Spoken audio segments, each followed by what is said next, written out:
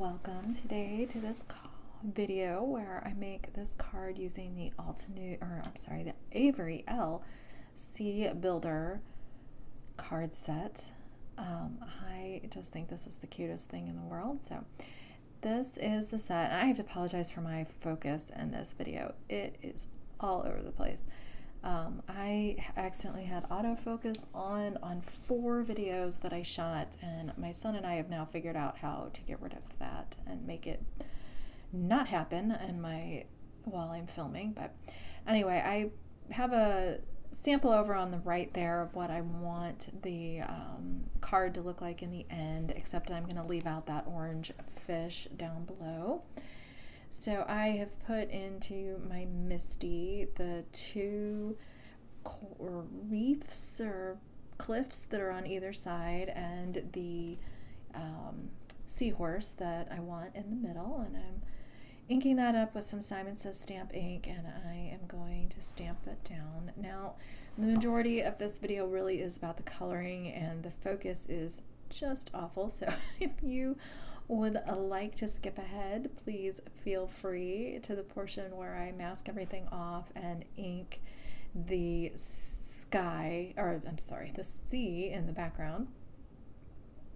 Now, there were a couple spots that I thought needed to be touched up with a Copic multi-liner pen, so I made sure that the rocks at the bottom were definitely hitting the bottom of the sea and all that. So these are the main colors I'm going to use for the rocks and the little cave here. So this is W7, I believe, W5, and W4. And I just wanted that to look really dark in there, but I did want to leave a spot because I want to stamp a little fish silhouette down in there, so I didn't want to get it too dark. So I just kept going over it with the W4 as my lightest color there. And then for the rock cliffs, I'm using E77, E74, and E71, and I don't know that you're gonna be able to read that, but I did want to make sure I wrote it down. And I also used some W7 sometimes behind the E77 to get an even darker brown gray color when I was trying to distinguish between different places on the rocks. So I'm following the cracks and crevices in the rocks with my darkest E77 marker, and then going in with E74 and kind of blending out a little bit, and then the E71.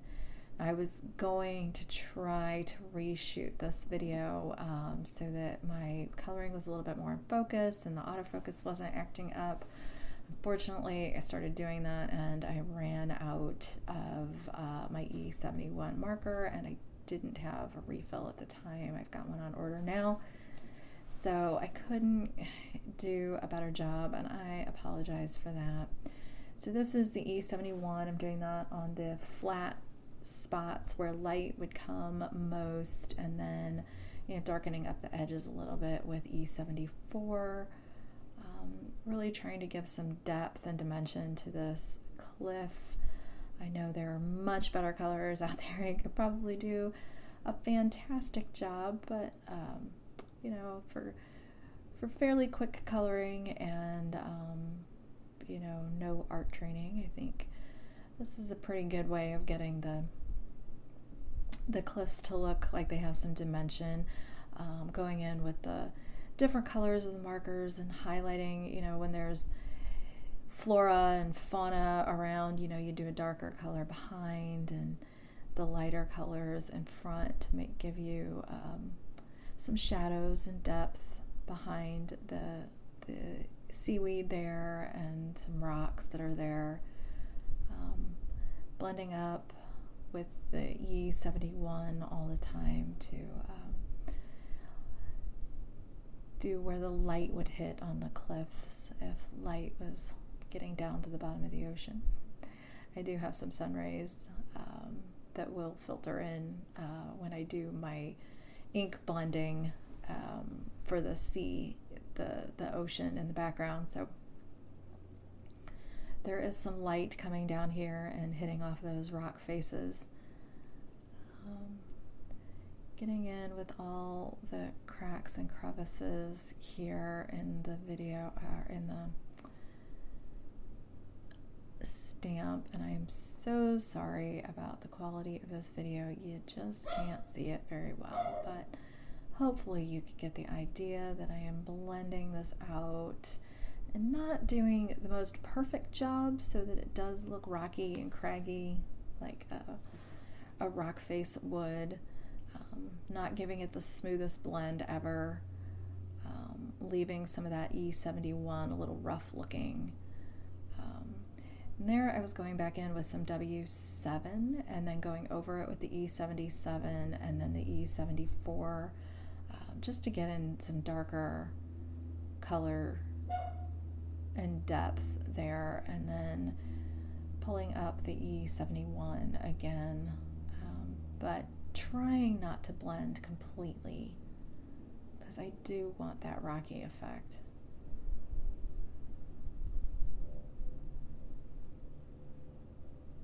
And I apologize if watching this is like watching paint dry for you. Please skip ahead if you would like.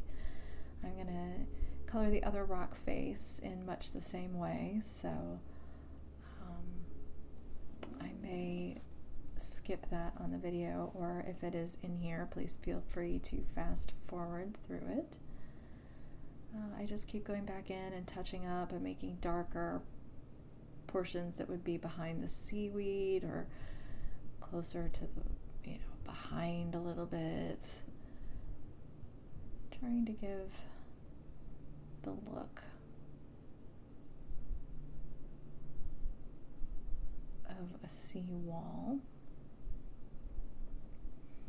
And I love the idea of kind of being in between these two seawalls and animal life teeming below. I think it's such a clever stamp set. I'm going to need to make more of these. This one is going to go to my nephew for his birthday. And I'm going to try to put some music in here while I color, but I may not be able to find any. Sort of new to making videos. I'm not sure where to find the free music, so you may have to listen to me babble here. Or to some silence.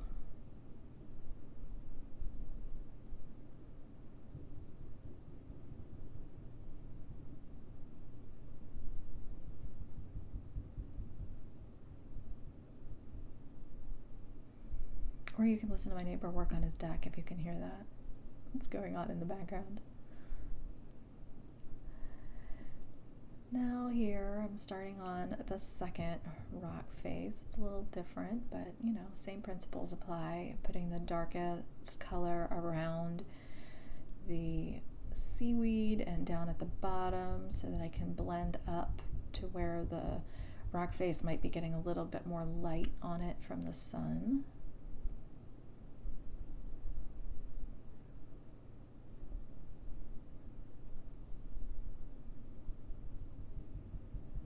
I haven't added any W7 yet. I'll probably go back and do that afterward. Yeah, there we go. Decided it wasn't quite dark enough down in the depths there. Blend out with the E74. Go back and forth between all the colors until you really get the look you want. The lightest up there at the top.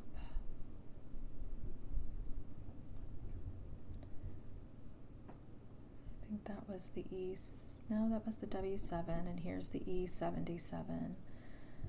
There are some, you can't really see on the video too well, but there are some cracks there and crevices where I put that darkest marker down the middle of that rock.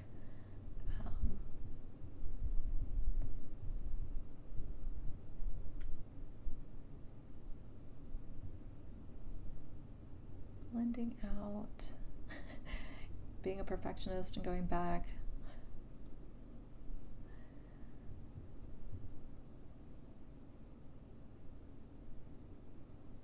being patient, filling in more. And then taking the time to go back with the E77, I believe, and the E74. Getting the color in there. And there, I'm sorry, it gets so out of focus. Like I said, this is fixed in future videos, but I made 4 where autofocus was on and was just horrified when I got back to watch the footage and realized that it was zooming in and out on me like this.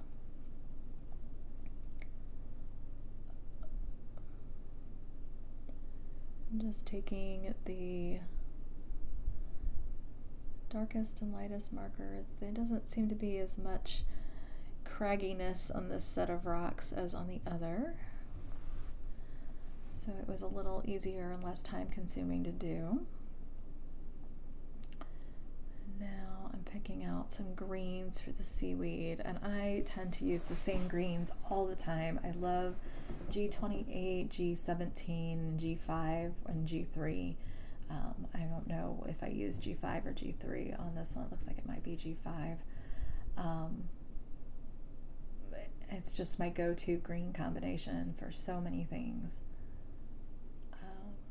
Gets a little lost in there, but I think in the end you can see it well enough in the, let's see, yeah, you can't see what I wrote down, but I'm sure that that's what that color combo is. I use it all the time. So I'm using it on all the seaweed that is around and any of the little plants. I'm so sorry that you can't see it better, more clearly. Then I'm gonna do the coral maybe here. Oh no, there is a little, I must have forgotten a little bit of seaweed up there. Oh no, there's a couple of little starfish and shells, and I did a B70 and B72 combo, BG70 and 72 combo on that.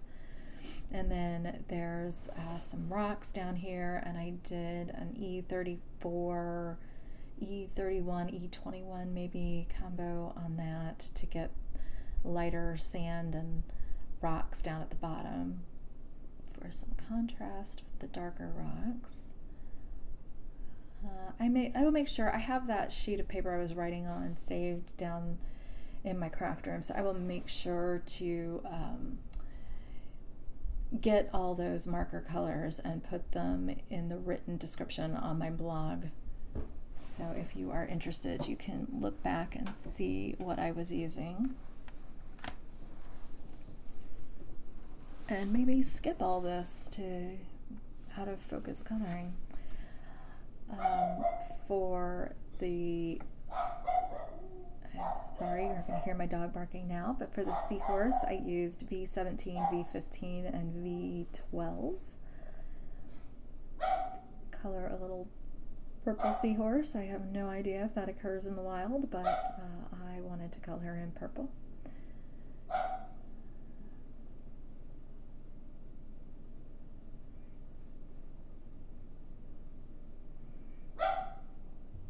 And then I did some BV colors for this little bit of coral that's sticking up. Yet again, no idea if that occurs in the wild, but I wanted some nice color contrast. So I think that was BV12 and BV05 maybe, but like I said, I'll make sure to write it in the description below. Now I took some Gina K Masking Magic and I stamped all of the same pieces that I used for the background, and I fussy cut them out to get some masks for this. I cut the seaweed pieces off and put them on separately from the main piece there. And then I've got the other side of the cliff here, and that black plant life that's not colored, I just cut that off. I wasn't gonna fussy cut around all of that, and made sure that gets inked over in the end product. And then there's my little seahorse. And then I am going to take out some Pinkfresh Studio inks, and I will make sure to put the names of those in the description too. I believe that one's Ocean Breeze, Tidal Pool, and Mermaid Cove maybe. I used the darkest, the Tidal Pool, down at the bottom, the depths of the ocean where the sun is not reaching so well.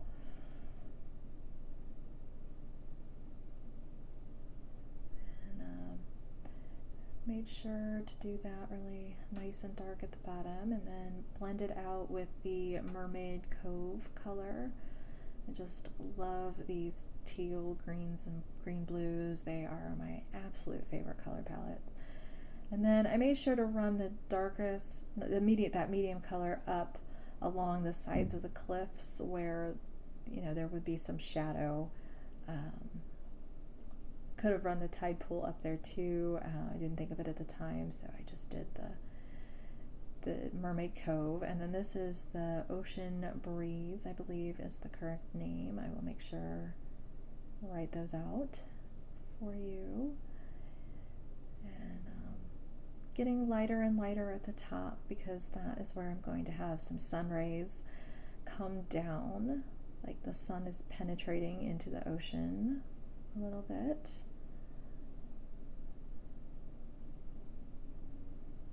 And then I'm going to get out some white. I guess I decided I needed to go back in just a little bit more blending here. I am going to get out some Unicorn White Pigment ink from Hero Arts, and a stencil from My Favorite Things. Now this is going to be a sun stencil. Actually, it's a radiating sun stencil from My Favorite Things, but it was, I thought, a good use, another use for it, to have it radiate down into the ocean. So I'm putting some white pigment ink very carefully, kind of brushing it in between those stencil lines so that I don't go under the stencil with it. I could have used, some pixie spray on the back of it, make sure that my stencil stayed down a little better, but I just didn't want to bother with it. And then where there were some harsh lines where I ran into the base of the stencil, the end of the stencil, I made sure to kind of blend out a little bit with my white, so that I could have nice rays kind of fading into the ocean.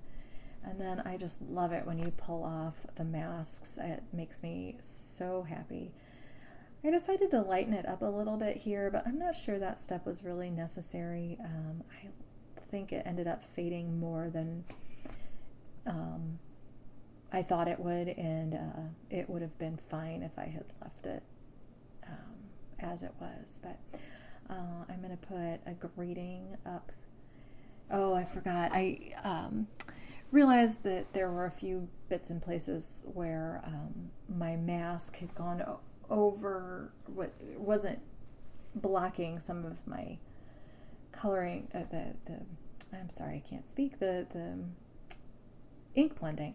So in order to get rid of some of those white spots, I took what I thought was my closest Copic marker color and filled in some little spots here and there where my ink blending didn't meet up quite right with the rock on either side. And that hex chart that Sandy Alnock has is just absolutely fantastic. I use it all the time. It helps me decide on my Copic colors constantly, and I just think it is the coolest thing. Now, taking one of the things, I think it says "I see it's your birthday" maybe, or very punny, and putting that at the top, and then that little school of fish and an individual fish that's in there. I'm going to stamp that individual fish actually a couple different times. And then there's the little bubbles for the seahorse. I'm going to put that tiny little fish, it keeps wanting to stick to my fingers, down in that cave. And then I got some Versamark ink because it gets really crisp results, I think, over the ink blending. And I'm not doing any Copic coloring over that black, so it's okay that I use it. Using my sleeve, all my sleeves are going to be stretched out on my sweaters. Getting in there, and I think putting those fish in front really makes a difference. It gives some depth and dimension to the card. I was really happy with how that turned out. So here I am wiping on a baby wipe that little fish because I'm gonna use him in just a couple different places. I think I'm gonna put him up there and maybe on the other rock cliff.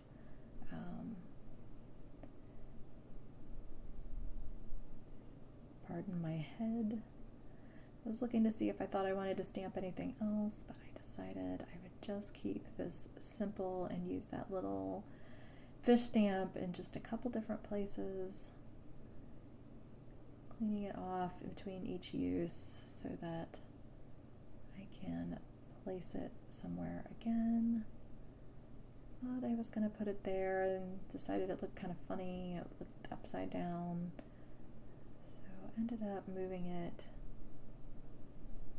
to that rock wall and stamping, and that is pretty much the end of this card. I'm gonna take it out of the MISTI and put it on a card base, just a standard 4.25 by 5.5 inch A2 card base.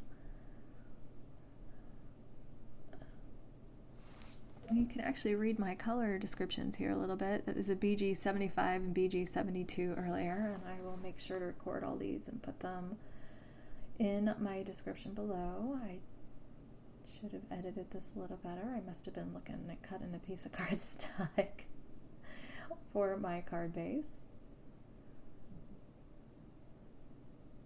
There we go. Coming back with my bone folder, and I'm going to just mount this whole thing flat to my card base. And that is the end of my card. I apologize again for the fuzzy, out of focus quality of this card, but I hope you got something out of it in the end. And please ask me any questions in the comments below. Thanks for watching. Bye.